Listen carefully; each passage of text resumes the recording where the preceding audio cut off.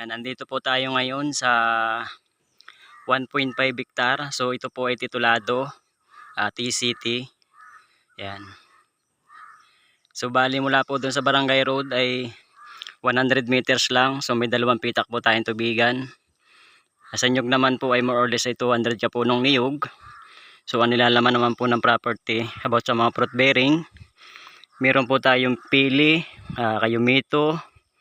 Ayan, may mangga po tayo, Indian Mingo, may chico, may kakao, avocado, lokban, kalamansi, at meron po tayong senyorita. Yun, naroon po may senyorita po dun.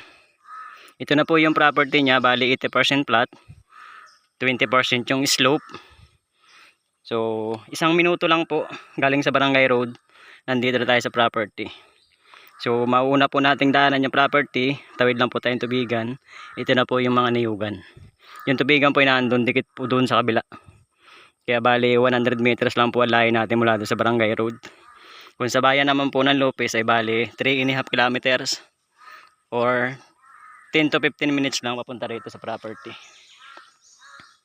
Ito napakaganda nito. Ayan.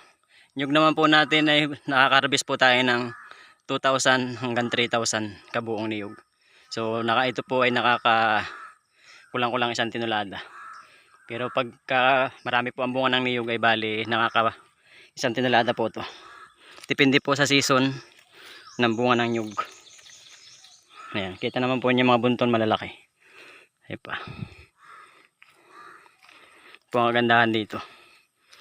Ayan. Pwede rin po tayo dito kumuha ng right of way. Ayan dito. Ayan po yung kalsada.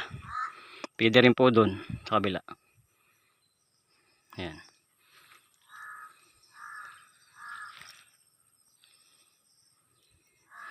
Ayan, dami nyug doon. Dahil po pati fruit bearing to.